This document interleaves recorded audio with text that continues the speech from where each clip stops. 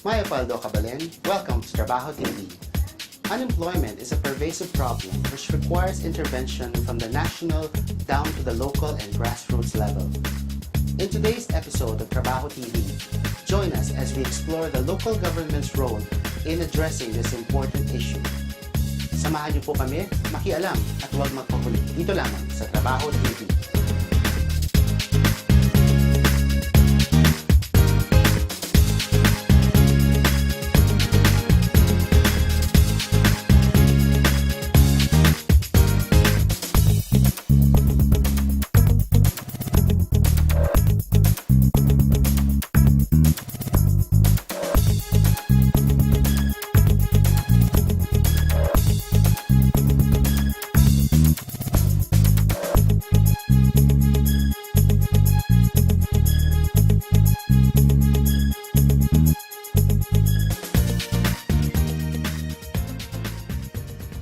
In Angeles City, the name Nepomuceno or Nepo conjures up images of business and commerce, education, power and utilities, real estate, and of course, government service. Continuing the Nepo name in public service is the Honorable City Councilor, Attorney Brian Matthew Nepomuceno. Attorney Brian also happens to be the chairman of the Labor and Employment Committee of the Sangguniang Panglungsod ng Angeles. Join us as we discuss the programs of the City Council to address unemployment and to further enhance the welfare of the working class. Ano po ba ang trabaho ng isang konsehal? Yung trabaho actually na isang konsehal ay paggawa ng mga batas, no? Parang sa local tinatawag mga ordinansa. At itong mga ordinansa nito ay mga batas para dun sa syudad kung saan napasa ang mga ordinansa ito. No, at yung mga ordinansa ito ay malawak po, no, ang pinag-uusapan mula sa mga concerns on peace and order, concerns on health, no. So lahat ng posibleng aspeto ng bayan o ng gobyerno ay pwedeng gawan ng ordinansa. Ano po ang role ninyo sa City Council? Sa kasalukuyan, no, ako po ang chairman ng Committee on Labor and Employment. At bilang chairman ng Labor and Employment Committee, no, ako po ang nangunguna, no, na gumawa po ng mga ordinansa, mga batas na local sa syudad na may kinalaman sa labor and employment. Ano po ba yung mga key employment o key industries sa Angeles ngayon? Alam mo, Jerbs, napaka-swerte, no, ng mga Angeleños at yung mga katabing bayan ng Angeles, no? Dahil dito sa Angeles, napaka-promising ng employment sector. Andyan po ang pinakamalaking sector na growth sector na nakikita namin, ang mga BPO or Business Outsourcing Sector, no? Nakikita po natin sa Angeles, iba't ibang lugar na Angeles ay meron mga nagtatayo ang mga call centers na tinatawag or BPO centers, no? Meron po dito sa gitna ng mismong syudad na Angeles, dito po sa main Nepo Complex, kung saan nagtayo na yung NTEC building at meron na po silang locator, yung StarTech na tinatawag. So sobrang tagumpay, no, nung pagtayo ng BPO dyan, ay nagtatayo na sila ng panibagong building, Jerbs, no, itong tinatawag NTEC 2 na mixed use po siya. May mall area, tapos meron din pong BPO area sa taas. Pero pa doon, no, kung sa mga tao na nakakapasyal po dyan sa SM City Clark, na bahagi po rin ng syudad na Angeles, doon po sa bandang likod, meron na rin po silang tinayong call center or BPO center, no, at pumasok na yung mga malalaking BPO companies dyan, kamukha ng Convergys, no. At dahil yung Angeles po, no, sinuwerte po, nakatabi po yung Clark Economic Zone. Sa loob rin po ng Clark, sa aking pong nalalaman bilang chairman ng Committee on Labor and Employment, na marami rin po ang nagpaplano pa magtayo ng BPO dyan. At yung mga nandyan na ay mag-e-expand pa, katulad po ng I-Corps at Sutherland. No, patuloy po silang nag-e-expand dahil nakikita po nila na yung mga manggagawa or yung mga nagtatrabaho po dito sa lugar natin ay talagang may talento, no, pagdating po sa mga BPO industries. Liban po sa mga IT BPO industries, ano pa yung mga strengths ng Angeles in terms of anong industry? Oo, no? Base rin po sa datos natin, yung isang matagal na industriya sa Angeles na patuloy pa rin lumalaki ay ang services industry or yung tourism industry na nasasabi. No? Dahil nandyan po ang airport sa may Clark Economic Zone, no, marami pong mga dumarating po na mga flights or pupunta po sa airport dyan na minsan mga transient ay naninirahan muna sa mga hotel dito sa syudad ng Angeles, no? At parang gusto ko nga sabihin na tayo na po dito kasi sa syudad ng Angeles ay parang gateway to the north, no? Lahat po ng mga kababayan natin na papuntang norte, no? Halimbawa, papunta po sa Baguio, sa Ilocos, no? Dumadaan po dito sa syudad ng Angeles, no? At dahil tayo mga Kapampangan, no? Kilalang kilala tayo sa ating hospitality at sa pagkain, no? Talagang bago sila tumuloy papuntang norte, ay tumitigil po dito, no? At sinusubukan po ang mga iba-ibang restaurant dito, tumitira po sa mga iba-ibang hotel. At dumadami na rin po yung mga annual tourist events po natin, no? Isa na po dyan yung Hot Air Balloon Festival. At yung syudad naghahanap pa ng mga ibang proyekto, iba pang mga tourist attractions dito pa sa lugar natin para lalo pa pong lumago, no, yung industriya ng turismo. Ano na po ba yung mga relevant na ordinances na nailabas na kamakailan lang na related sa labor and employment? No, mula po ng paghawak ko po, no, pagupo po bilang chairman ng Labor and Employment, no, kagad ko pong kinausap yung ating pong Public Employment Service Office head, no, si Madam Diocales, at itanong kung paano natin mapapalakas ang labor or employment or pataasin yung rate of employment dito po sa syudad, no. Nagbunga po doon dalawa pong ordinansa. Yung unang ordinansa po, no, yung mismong opisina po ng Public Employment Service Office ay ginawa na po nating permanent office. No, ibig po sabihin, no, kahit ano pang mangyari, kahit sino pa po yung umupo, or kahit kanino man pang administrasyon, itong opisina po ito ay magpapatuloy. No, magpapatuloy po ang tutulong sa ating po mga kababayan dito na makahanap ng trabaho at para matulungan din po ng mga negosyante dito na makahanap din ng mga magtatrabaho sa kanilang mga negosyo. Pangalawa, no, dahil nga gusto po natin, no, yung ating po mga kababayan dito ay makahanap ng trabaho. Yung pangalawang ordinansa po natin ay tinayo po natin yung Employment Registry and Employers Registry. No, yung layunin po nito, no, ay yung mga negosyante po na naghahanap ng mga trabahador o mga magtatrabaho sa kanilang mga negosyo ay mahanap po nila dito sa syudad ng Angeles pamamagitan po ng registry. Ganun din yung mga trabahador naman or mga manggagawa na naghahanap ng trabaho ay madalian naman po, mas madaling makahanap ng trabaho dito sa syudad. So, yung ginagawa po ng registry ay parang pinagtutugma po ang mga bakanting posisyon sa mga taong kwalipikado sa mga posisyon na to, no? Para mas madaling mahanap yung trabaho. Kasi, yung napansin po namin, parang merong pong job mismatch, no?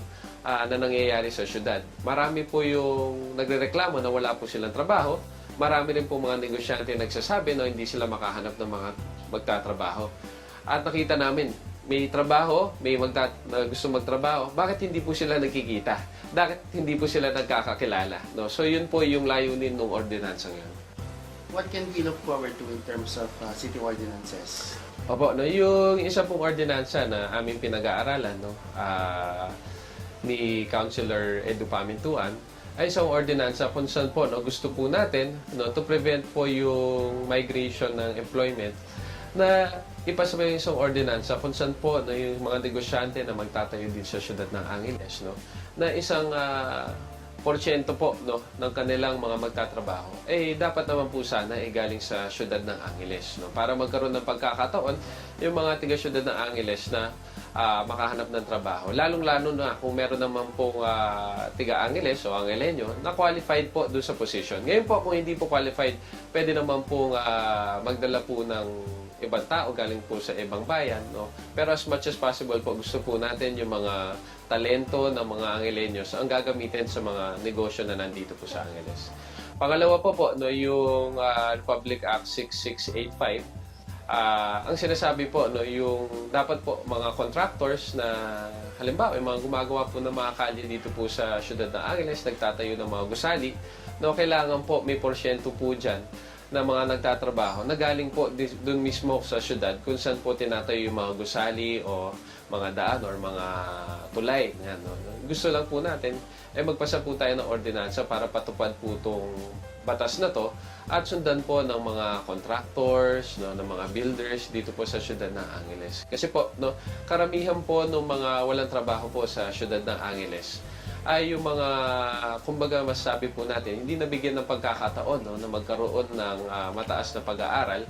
Ngunit may kapasidad, kakayahan, lakas ng katawan, na gawin naman po yung tinatawag ng mga blue-collar jobs na hindi na po kailangan na manggaling pa sa ibang lugar, no, yung mga magtatrabaho. Siguro, minsan po kasi, no, dahil po isang malaking syudad ng Angeles, yung mga ibang contractor or negosyante, ay iniisip nila yung mga nagtatrabaho po sa mga magtatrabaho po sa syudad ng Angeles ay spoiled, no?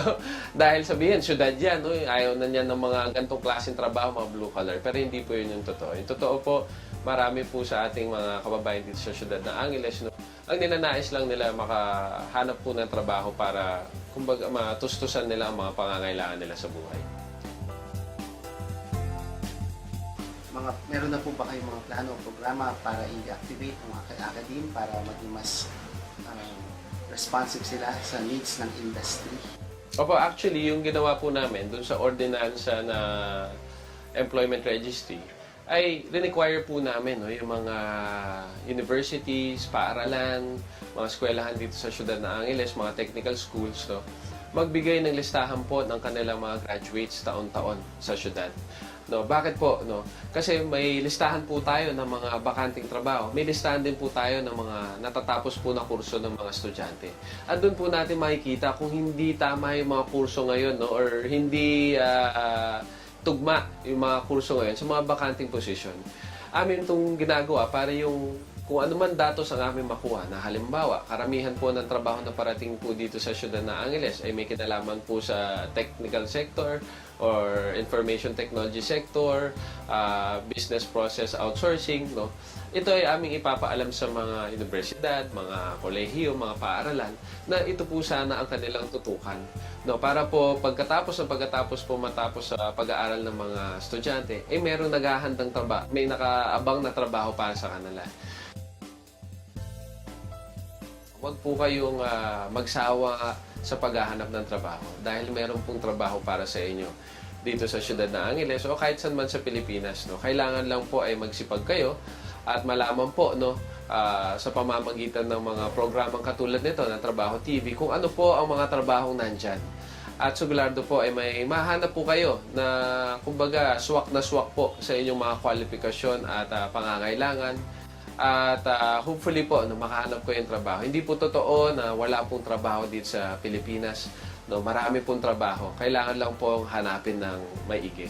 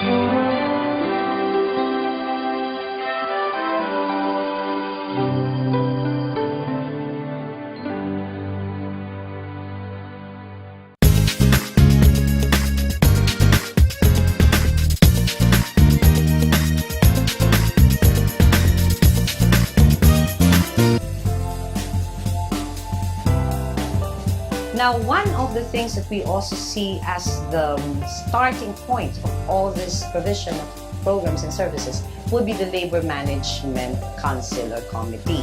If management and labor talk about the problems, the issues, before they become real big problems or be magnified out of proportions, if there is a venue, a forum in which they can discuss these issues, then we can have a lot of issues resolved.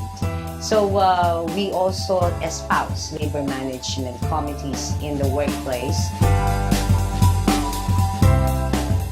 The immediate feedback that we get is that they appreciate that our LLCOs are giving them the due respect to explain that this is the situation, and that they are given time to comply. Of course, it is very much specified in our manual and in the framework itself, the department order which would implement, of course, this project. And so in the feedback we receive from our business establishments, they say that they appreciate that they are now given the chance to really explain their side, give them the time to comply or meet whatever the requirements of the Department of Labor. But I just would like to inform everyone that it does not mean that if you go through joint assessment, you do not have to comply. You just have to comply voluntarily, and we will assist you in complying. So that is basically one of our very good programs. We do not want business establishments to hide from DOLE, because DOLE is offering its partnership. Not too much regulation, but voluntary compliance.